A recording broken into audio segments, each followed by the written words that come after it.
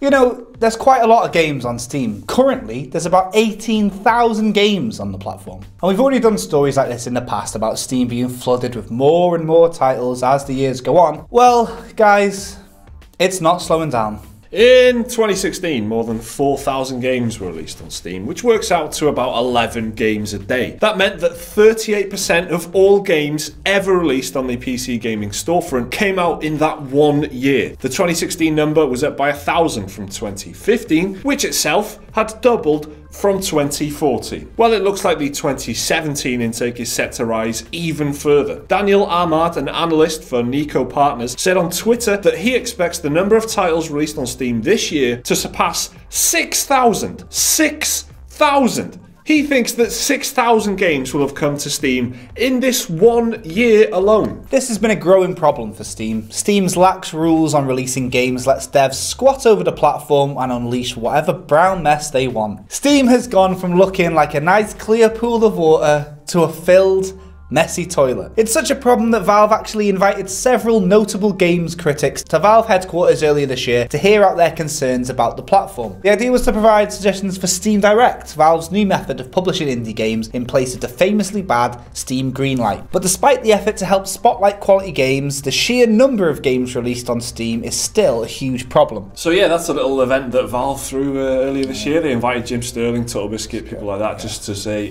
thanks for making loads of negative videos about us. What are we doing wrong? And then they had a meeting and they discussed it, and you know, afterwards we only know about this because Jim Sterling and TotalBiscuit, etc., made a video on this to explain what the meeting was about. And it seems that Valve wanted to spotlight good games. They wanted to. They didn't want to stop games coming in. They just wanted to like highlight, pick out the best ones, which, you know, I guess is a noble effort. But it still means that there's 6,000 games coming out in 1 year on Steam, which has got to be a problem, right? More on that in just a moment.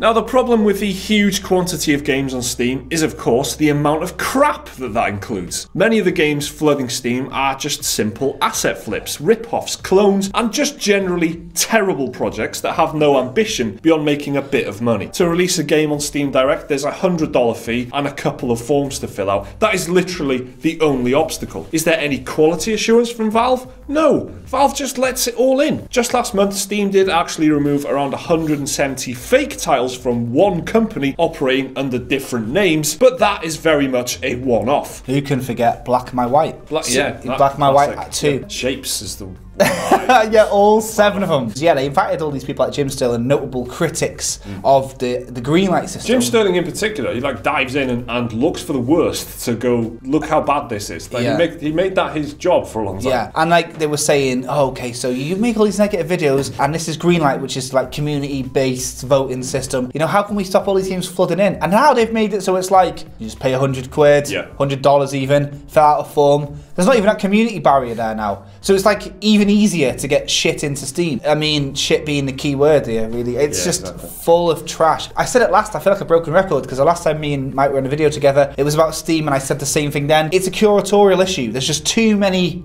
games. It puts people off. You just go on, well, what's new on Steam? What are all these games? Yeah, they've improved stuff. They've kind of improved the UI. They keep adjusting the storefront, and they keep trying to shine a light on all the stuff that people want to see and the things that are getting good reviews and whatnot. But the problem exists because of the quantity of stuff that's coming in. You can kind of funnel it as much as you want and filter it as much as you want, but you're still getting a huge torrent of stuff flooding the platform. If what you're still filtering in is shit, you're still going to have a shitty product. Just filter in some fucking gold in there, baby. Get some good indie games in there. Stop filtering shite in there. And I know that you might be thinking, well, Jake, that's subjective. It's all opinions. Well, one that works is a good Well, exactly. That's what I'm saying. Like, that's what I always say about it. You can decide. Sure, okay, you don't want to decide what's a good game and what isn't a good game, but you can decide what is a game and what isn't a game, because a lot of this stuff is barely functioning. Stuff that doesn't work. Stuff that just is mechanically. There's no mechanics. You can move in some of these games. You can move and shoot in some of these games,